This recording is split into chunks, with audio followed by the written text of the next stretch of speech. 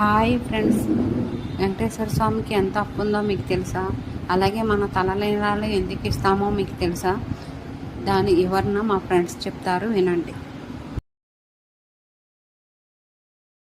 యుగంలో శ్రీకృష్ణుడి వివాహం చూడలేకపోయాను అని కృష్ణుడి తల్లి యశోదాదేవి చాలా బాధపడుతుంది. యశోదాదేవి మళ్ళీ వకలాదేవి లాగా జన్మించి తన వివాహం చూస్తుంది అని కృష్ణుడు వరం ఇస్తాడు. అయితే లక్ష్మీదేవి విష్ణుమూర్తులు పద్మావతి శ్రీనివాసులు లాగా భూమి మీద అవతరిస్తారు. ఒక రోజు శ్రీనివాసుడు పద్మావతి దేవిని చూసి ప్రేమలో పడిపోతాడు. పద్మావతికి కూడా శ్రీనివాసుడు నచ్చాడు. ఇక పెళ్లి చేసుకుందాము అని వకలాదేవి దగ్గరికి వెళ్లి చెబుతాడు. దాంతో వకలాదేవి పద్మావతి తండ్రి దగ్గరకు వెళ్లి వివాహం గురించి మాట్లాడుతుంది. కానీ శ్రీనివాసుడు ఒక ఋషి ఆశ్రమంలో ఉండడం వలన తన దగ్గర ఘనంగా వివాహం చేసుకోవడానికి డబ్బులు ఉండవు. అప్పుడు కుబేరుడి దగ్గర ఆది వరాహ క్షేత్రంలో అశ్వత్థ వృక్షం కింద పరమశివుడు, మన దగ్గర డబ్బు లేకపోయినా పర్వాలేదు, నాకు బాగా డబ్బు కల కుబేరుడు అనే ఒక స్నేహితుడు ఉన్నాడు, ఆయనను పిలిచి నీకు అప్పు ఇమ్మని చెబుతాను అన్నాడు. అప్పుడు కుబేరుడిని పిలిచి శ్రీనివాసునికి అప్పు ఇమ్మని అడిగాడు. అప్పుడు కుబేరుడు, మీకు అప్పు ఇవ్వడానికి లోటేముంది, ఇది కలియుగం కనుక వడ్డీ పుచ్చుకుంటాం, అది తప్పేమి కాదు, అందువల్ల వడ్డీ ఇస్తే అప్పు ఇస్తానని అన్నాడు కుబేరుడు. వెంకటేశ్వర స్వామి ఆశ్చర్యపోయి, యుగ ధర్మంకి ఎవరైనా కట్టుబడవలసిందే, అలాగే వడ్డీ ఇస్తాను అని అన్నాడు. అప్పుడు అప్పు ఎంత కావాలని అడిగారు.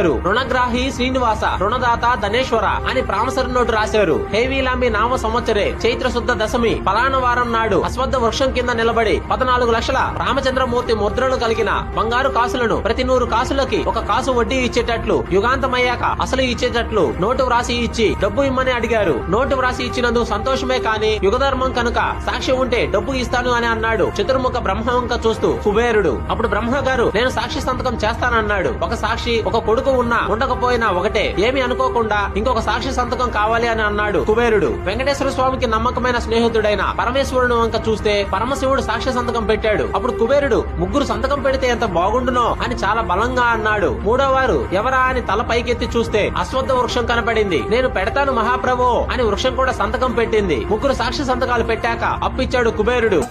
ధాన్యాలను, తాలిబుట్టు, అలాగే పెళ్లికి కావలసిన వస్తువులు అన్ని కొనడానికి ఉపయోగిస్తా. విష్ణువు వెంకటేశ్వర స్వామి రూపంలో లక్ష్మీదేవిని వెతుకుంటూ భూలోకానికి వస్తాడు. ఎక్కడ ఉండాలో తెలియక వెంకటేశ్వర స్వామి ఒక చీమల పుట్టలో ధ్యానం చేస్తూ ఉంటాడు. బ్రహ్మదేవుడు ఒక ఆవు రూపంలో మారి ప్రతిరోజు ఆ చీమల పుట్ట దగ్గరికి వచ్చి పాలిచేవాడు. అది గమనించిన ఆవుల కాపరి ఆ ఆవు మీదికి తన గొడ్డల్ని విసురుతాడు. అప్పుడు వెంకటేశ్వర స్వామి ఆ ఆవుకి అడ్డంగా నిలబడతాడు. దాంతో ఆ గొడ్డలి వెంకటేశ్వర స్వామి తలకు తగిలి రక్తం కారి గాయమవుతుంది. కొద్ది రోజులకి ఆ దెబ్బ అయితే తగ్గిపోతుంది, కానీ అక్కడ వెంట్రుకలు మాత్రం రావు. ఒకసారి వెంకటేశ్వర స్వామి ఒక కొండ మీద పడుకుని ఉండగా ఆకాశ మార్గంలో వెళుతున్న నీలాదేవి అని ఒక గంధర్వ కన్య వెంకటేశ్వర స్వామిని చూసి కిందకు వచ్చి తలకి తగిలిన దెబ్బను చూసి, ఇంత అందమైన రూపానికి ఈ గాయం తగలడం ఏంటి స్వామి అని ఎంతో బాధపడి తన తల నుంచి కొన్ని వెంట్రుకలను తెంపి వెంకటేశ్వర స్వామి గీతుంది. అప్పుడు వెంకటేశ్వర స్వామి, నా అందం కోసం నీ అందాన్ని పాడు చేసుకున్నావు కదా, కలియుగంలో కొండ మీదికి వచ్చిన నా భక్తులు తమ జుట్టుని